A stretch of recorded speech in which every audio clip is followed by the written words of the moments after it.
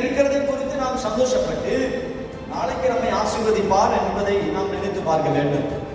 அதனால தான் சில இடங்களில் ஆண்டவரே சொல்லுகிறார், காகங்களை கவனித்து பாருங்கள், காட்டு புஷ்பங்களை கவனித்து பாருங்கள், பறவைகளை கவனித்து பாருங்கள். இவைகளுக்கெல்லாம் யாராவது சாப்பாடு கொடுக்குறாங்களா? இல்ல. அவைகளை போஷிப்பாரானால் அதை விட விசேஷமாய் ஆண்டவர் உங்களை படைத்திருக்கிறார். உங்களை போஷிப்பது அதிக நிச்சயம் அல்லவா அப்படின்னு ஆண்டவர் சீசர்களை பார்த்து கேட்கிறதை நீங்கள் பார்க்க முடியும். எனவே நம்முடைய வாழ்க்கையில இந்த காரியம் போதாது என்ற நிலை வரும் பொழுது நம்ம ஆண்டவர் மேல இருந்து பார்ப்பார், இவனுக்கு ஐயோ. ஆமென். ஆமெனா? அப்படி ஆகக்கூடாது. படியா கவனிங்க. சில பேர் ஆமென்